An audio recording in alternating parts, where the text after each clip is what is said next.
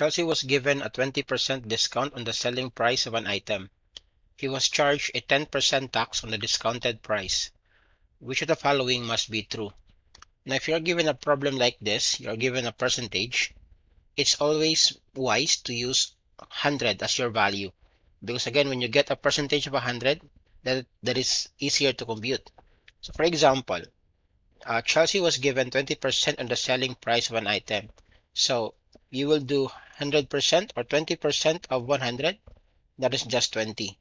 So meaning to say, he paid 80 pesos, right, out of the 100 pesos original price.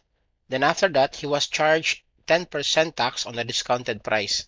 So since this is our discounted price, he was charged 10% tax. So you're gonna multiply this one by 1.1, right? Because that is 10%. And then that will just give you 88. So he paid 88. So which of the following will be true? The amount Chelsea paid was 15% lower than the original price. No, because 88 is 12% lower than the original price. That is not our answer. Letter B. The discount has no effect in the original price because of the tax.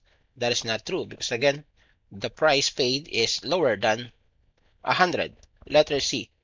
The original price was 10% higher than the amount Chelsea paid. Again, this is 12% higher. That is not our answer. You're only left with letter D. So let's try to check if letter D is correct. The amount Chelsea paid was 88% of the original price. That is actually true, right?